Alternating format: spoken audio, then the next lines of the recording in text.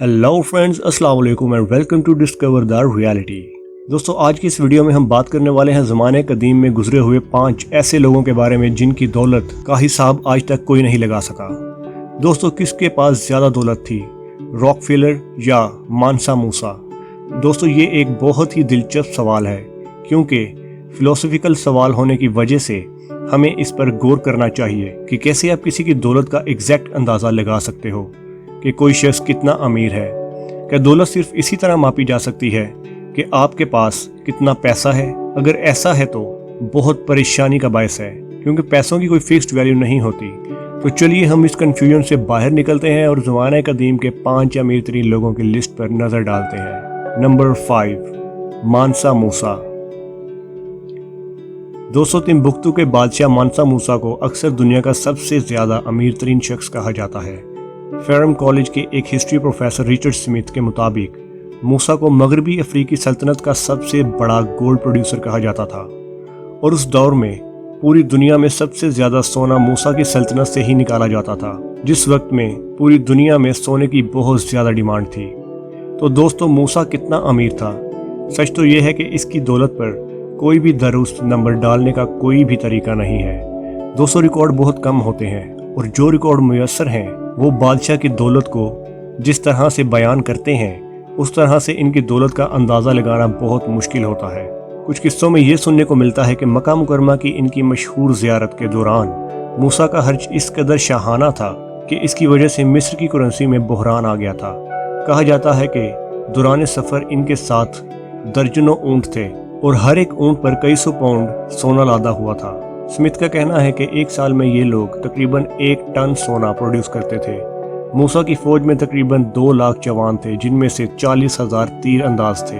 खैर, हम मूसा की दौलत के बारे में बात करते हैं। रूडोल्फ वेयर, जो यूनिवर्सिटी ऑफ मिचिगन में हिस्ट्री के प्रोफेसर हैं, वो मूसा की दौलत की इस तरह से वजाहत करते हैं कि मूसा के पास इतनी ज़्यादा दौलत थी कि उसकी दौलत पर एग्जैक्ट अमाउंट सेट करने के लिए लोग आज भी जद्दोजहद कर रहे हैं। दोस्तों, मूसा की दौलत को एक्सप्लेन करने के लिए ज़्यादातर रिसर्चर्स ने यही अल्फाज इस्तेमाल किए हैं कि मूसा दुनिया में आज तक का सबसे ज़्यादा अमीर तरीन शख्स है। नंबर 4, अगस्तस कैसर।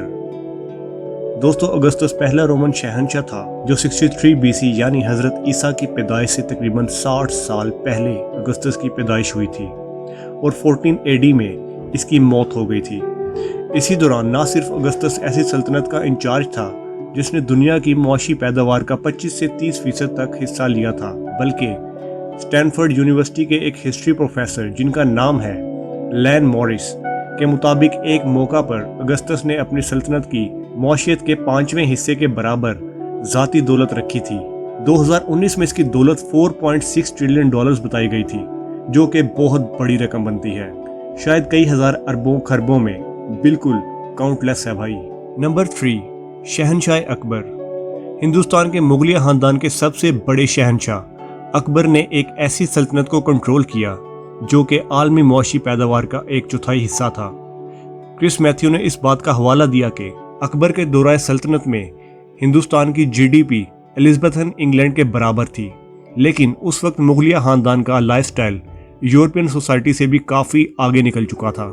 ये दावा है कि हिंदुस्तान का एलाइट तबका वेस्ट में इनके हम मंसूबों से ज्यादा दौलतमंद था। इकोनॉमिस्ट ब्रैंको मिलानोविक की रिसर्च की हिमायत की गई है, जिससे ये पता चलता है कि आबादी से दौलत निकालने में मुगलिया सल्तनत अब तक की सबसे मुयस्सर सल्तनत थी।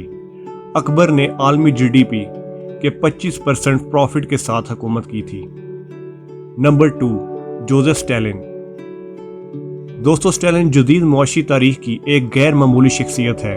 मुतलका ताकत का हामी, एक डिक्टेटर जिसने दुनिया की सबसे बड़ी मईशत को भी कंट्रोल किया।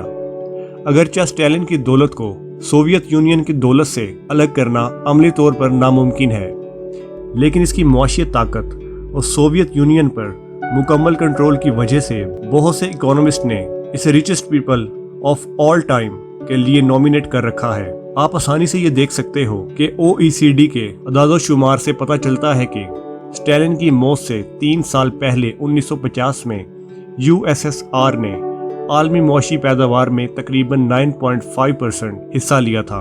2019 तक इस सतह की पैदावार तकरीबन $7.5 ट्रिलियन के बराबर हो गई है। अगरचे इस रकम का बराह रास्त स्टालिन से ताल्लुक नहीं था, लेकिन इसके पास किसी भी वजह से सोवियत मुआशी ताकत का फ़ायदा उठाने की ताकत थी। बर्मिंघम में अलाबामा यूनिवर्सिटी के प्रोफेसर जॉर्ज लिबर का कहना है कि इसके पास बेहद ताकत थी और अपनी ताकत के जरिए वो अपनी मर्जी के मुताबिक कुछ भी हासिल कर सकता था। लेकिन दोस्तों, सवाल ये उठता है कि क्या रुवायती मानों में स्टालिन को मालदार कहा जा सकता है? ये इतना यकीनी नहीं है। प्रोफेसर खुद इस बात को लेकर हैरत में है, क्योंकि ये स्टालिन का माल नहीं था, इसने मुल्क की दौलत को कंट्रोल किया हुआ था। इसके बावजूद स्टालिन को तारीख के सबसे ज्यादा मुआशी तौर पर ताकतवर अफराद में शामिल ना करना मुश्किल है।